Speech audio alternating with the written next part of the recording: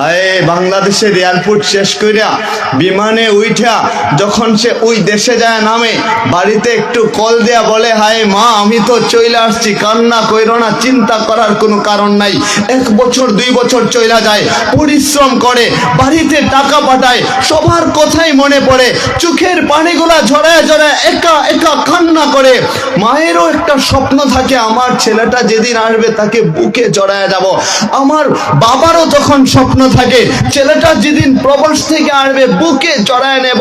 সন্তানেরও স্বপ্ন থাকে, আমার বাবা প্রবাস থেকে আসবে, বাবার কুলে আমি উঠব। স্ত্রীর স্বপ্ন থাকে, আমার স্বামী প্রবাস থেকে আসবে, আমার স্বামীকে জড়ায় ধইরা রাতের বেলা ঘুমাবো।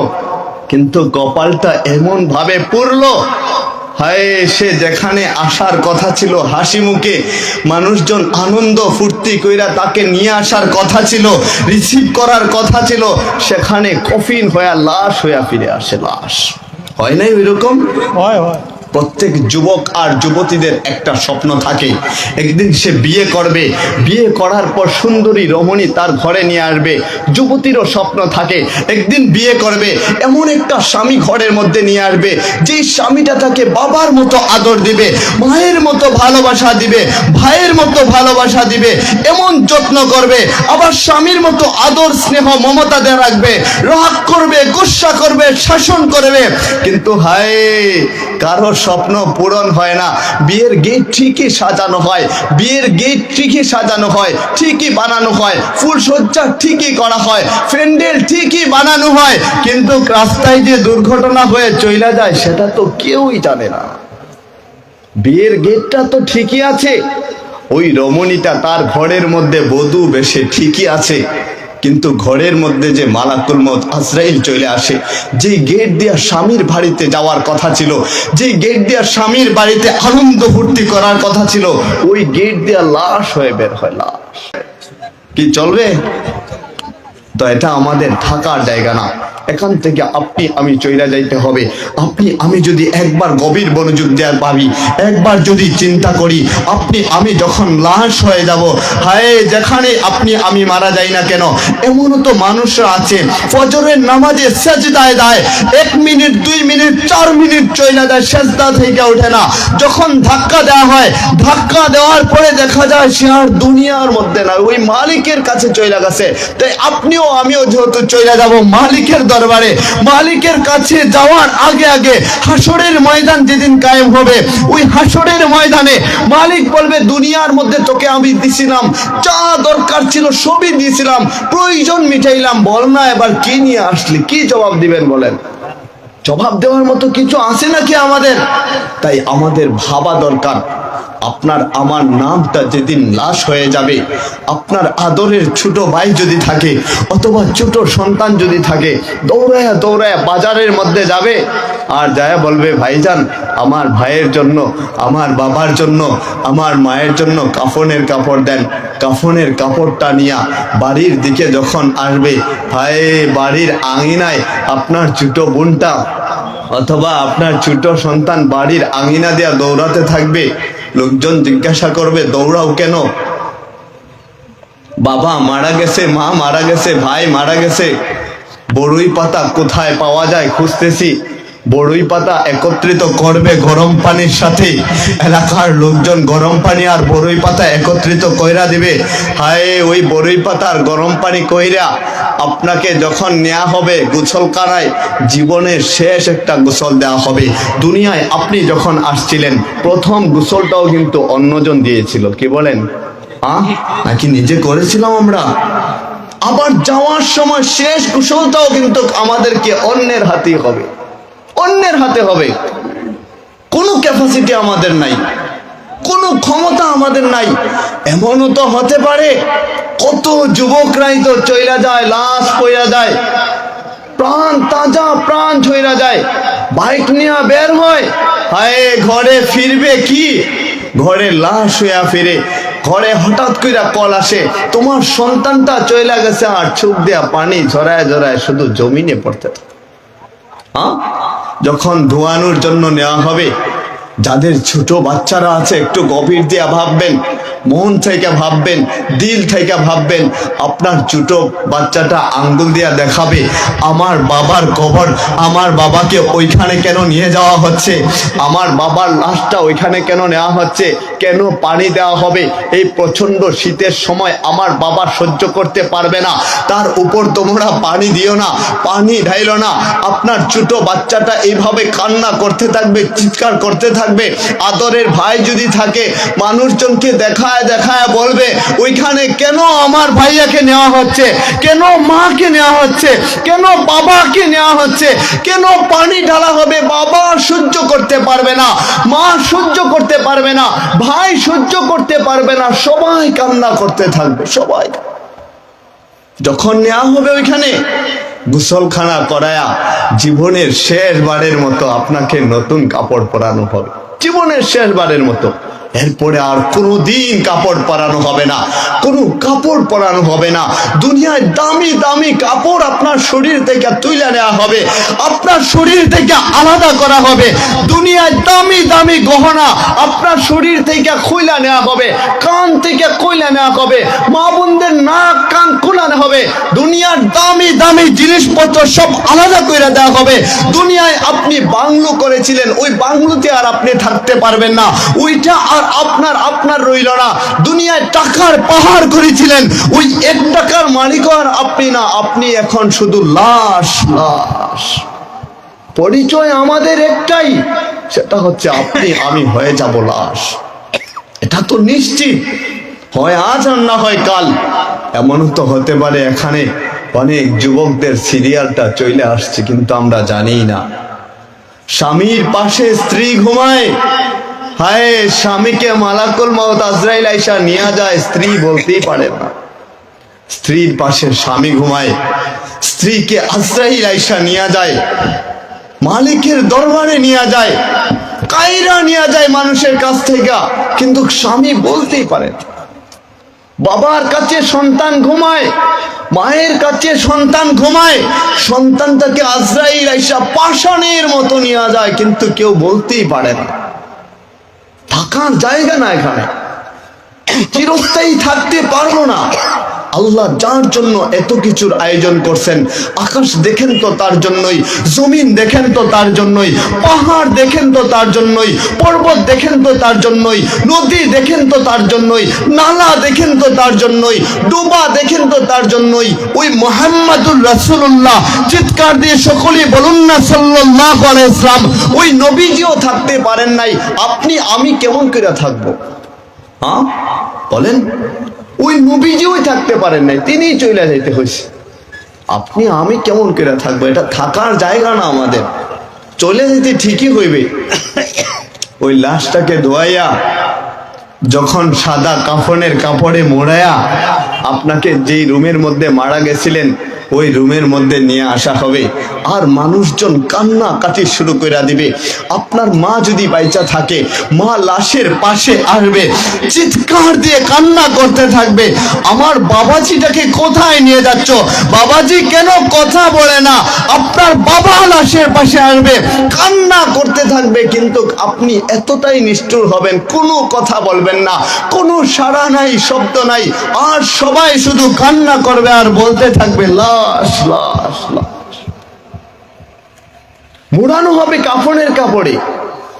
কত টাকার কাফনের কাপড়? হীরা দিয়া বানায় নাকি ওইটা, নাকি স্বর্ণ দিয়া বানায়, রৌপ্য দিয়া বানায়? কিছুই তো না, সামান্য কাফনের কাপড়। সর্বোচ্চ আপনাকে বিদায় জানানোর সময় 1000-2000 টাকার মতো খরচ হবে, বেশি না। নাকি এমন যে কাফনের কাপড়ে পকেট রাখা হয় আর ওইটাতে সম্পত্তি দিয়ে দেওয়া হয়, কবরে কাজে লাগবে, হাসরে কাজে লাগবে, ওই রকম নাকি? কান্না করতে থাকবে। আপনার আদরের ছোট বাচ্চা যদি থাকে, ওই বাচ্চাটা আপনার পাশে আসবে। এমনও তো আমি দেখেছি, ছোট বাচ্চাটা বাবার লাশের পাশে আইসা মাকে জিজ্ঞাসা করে, মা আমার বাবা কেন কথা বলছে না, বাবার কোনো শব্দ নাই কেন, বাবা আমাকে আম্মু বইলা ডাকে না কেন?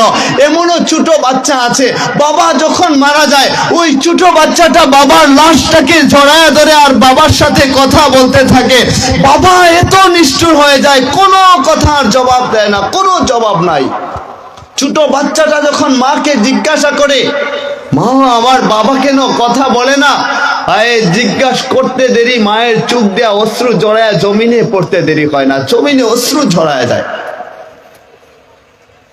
আপনার আদরের ভাইটা লাশের পাশে আসবে, একটু পর পর আইসা কাফনের কাপড়টা কইলা শুধু মুখটা দেখতে থাকবে। দেখি না বাইকে শেষ বিদায় দেই না, একটু পরে মসজিদের মাইক থেকে আলান আসবে, অমুকের জানাজার আর মাত্র 20 মিনিট 10 মিনিট সময় বাকি আছে, যারা জানাজায় শরিক হবেন অমুক ঈদগাহে বা মসজিদে অমুক মাঠে চলে আসেন। হায়, এই সংবাদটা আপনার মায়ের কানের মধ্যে যখন যায়, বাবার কানের মধ্যে যখন যায়, ভাইয়ের কানের মধ্যে যখন যায়, আদরের স্ত্রীর কানের মধ্যে যখন যায়, সন্তানের কানের মধ্যে যখন যায়, এই আলানটা শুনতে দেরি, চিৎকার দিয়ে কান্না করতে দেরি করে না। এ আলান যখন দিয়ে দেয়, একটু পরে লোকজনে একটা খাটিয়া নিয়ে আসে, তাদের কাঁধের উপর উঠায়া 4 পাওয়ালা একটা বাহন নিয়ে আসে, এমন একটা বাহন যে বাহনের মধ্যে মানুষ কোনোদিন উঠে নাই, জীবনে একবার উঠবে তাও নিজে উঠতে পারবে না, মানুষজন তাকে উঠাবে ওই বাহনে। ওই বাহনের নাম কি? চিৎকার দিয়ে বলেন না, ওই বাহনের নাম কি? সামনে পিছনে ডানে বামে সবাই বলেন, ওইটার নাম কি? খাটিয়া। হ্যাঁ, পালকি, খাটিয়া, যে যাই বলেন, ওই বাহনটা নিয়ে যখন আসা হবে, মা দরজার মধ্যে দাঁড়ায় থাকবে আর তাকায় দেখবে। ওই বাহনটা যখন দেখবে, মায়ের চোখের অশ্রুগুলা জমিনে জড়ায় পড়বে। বাবা যখন ওই বাহনটা দেখবে, বাবার চোখের অশ্রুগুলা জমিনে জড়ায় পড়বে। মা চিৎকার দিয়ে বলতে থাকবে, এই বাহন কেন নিয়ে আসছো? এই বাহন দিয়ে তোমরা কি করবা? আমার সন্তানটা একা কোনোদিন থাকে নাই, আমাকে না পাইলে সন্তান খাবার খায় না, ওই কবরে একা তোমরা কেমন ভাবে রাইখা আসতে পারো? এত নিষ্ঠুর তোমরা কিভাবে হয়ে গেলা? মা কান্না করবে, বাবা কান্না করবে, কিন্তু তাদেরকে ধাক্কা দিয়া আলাদা রুমে সরায়া আপনার আমার ওই কাফনের কাপড় সহ লাশটাকে ওই বাহনের উপর তোলা হবে। নিষ্ঠুর হয়ে যাবে মানুষজন। বাহনের উপর তুইলা 4 পাওয়ালা বাহন, 4 জন তো থাকবেই, আরো কয়েকজনও থাকবে। ওইখানের মধ্যে যখন কাঁধের উপর উঠায়া উঠায়া মাঠের দিকে নেওয়া হবে, হায় মানুষের কান্না আর কান্না। সবারই তো আসবে এরকম। এখানে তো এমনও সন্তান আছেন, বাবার লাশটাকে নিজে কাঁধে কইরা কইরা ওই কবরে নামাইছেন। আছেন কেউ এখানে?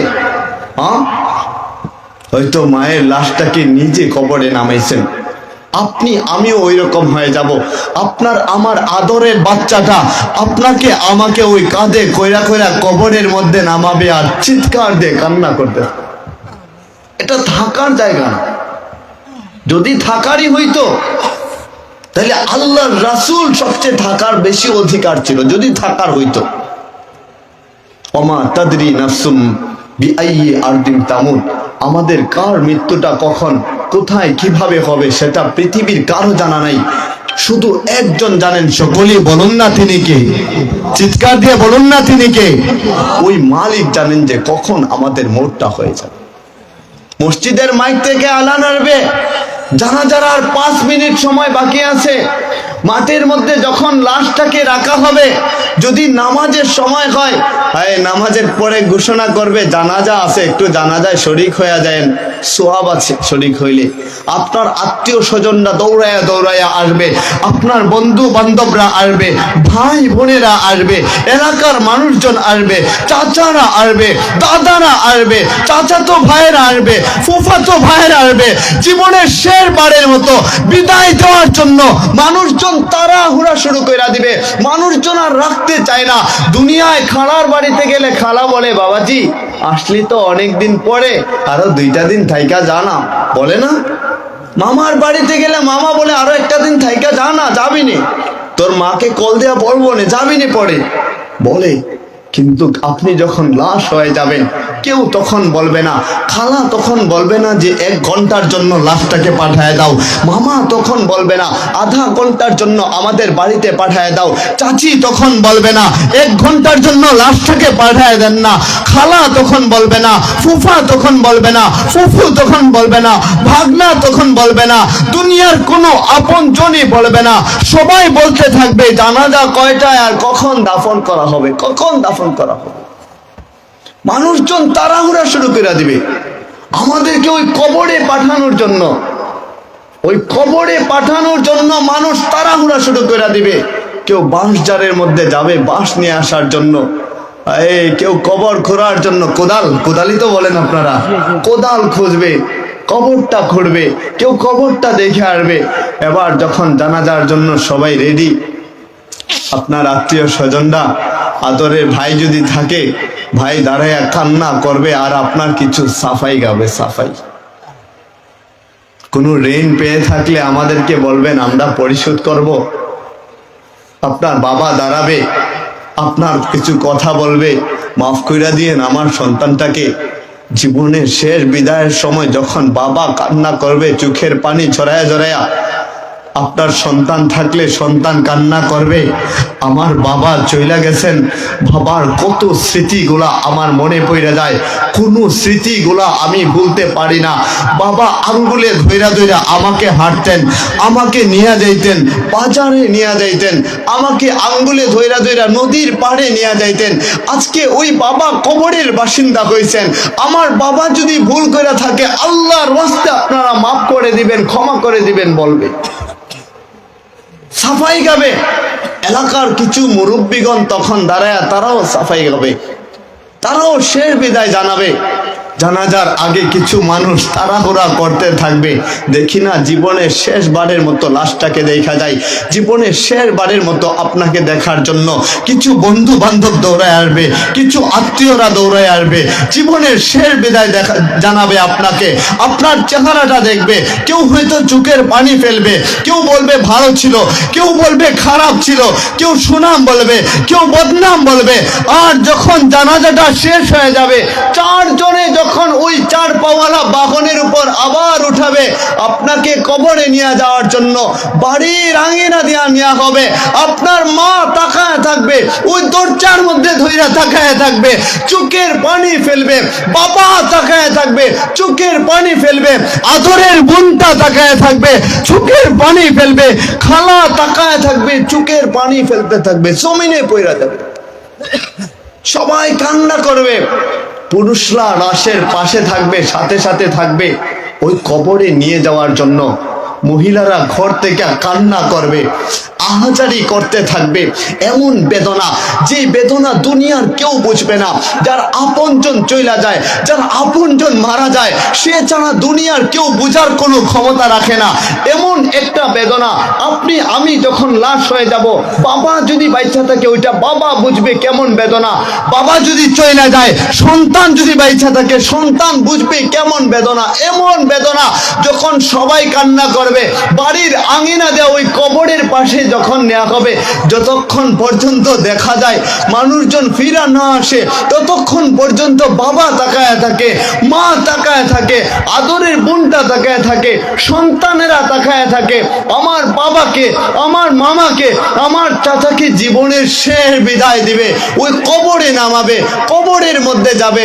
হায় জানি না যখন ওই দুইজন মুনকার নাকির আসবে কি জবাবটা দিবে, কি জবাব। কবরের মধ্যে নামানো হবে, কিছু মানুষজন ওই কবরের পাশে থাকবে, কিছু মানুষজন দোয়া করবে আমাদের জন্য, কিছু মানুষজন এমনি চলে আসবে, কিছু মানুষজন একটু মাটি দিয়া শরিক হবে, আপনাকে আমাকে কবরে নামাবে। কিছু মানুষজন হাসবে, কিছু মানুষ কান্না করবে, কিছু মানুষ সুনাম করবে, কিছু মানুষ বদনাম করবে। তারপর একটা সময় ঠিকই সবাই চলে আসবে, আপনাকে আমাকে ওই বাঁশঝাড়ের মধ্যে রেখে আসবে, আপনাকে আমাকে ওই অন্ধকার ঘরের মধ্যে রেখে আসবে, আপনাকে আমাকে নির্জন স্থানে রেখে আসবে, যেখানে মানুষ যাইতে চায় না, যেখানে মানুষ গেলে ভয় পায়, যেখানে রাতের বেলা ওই এটার পাশ দিয়ে অতিক্রম করতে চায় না। আরে ওইখানে তো কবরস্থান আছে, ওইখানে থাকবো তো থাকবো কেমন কইরা, একা ওইখানে যাইতে পারবো না। লাইট আছে তোর সাথে, লাইট থাকলে কি হবে, কবরস্থান ভয় লাগে। কিন্তু আপনি আমি একটা সময় ঠিকই সকলেই ওই কবরে যাইতে হবে, ভয় লাগলেও তখন আর কিছু করার থাকবে না, সকলেরই আসবে। এজন্যই বলি দুনিয়াটা থাকার জায়গা না। আমার যুবক ভাইরা যদি বুঝতো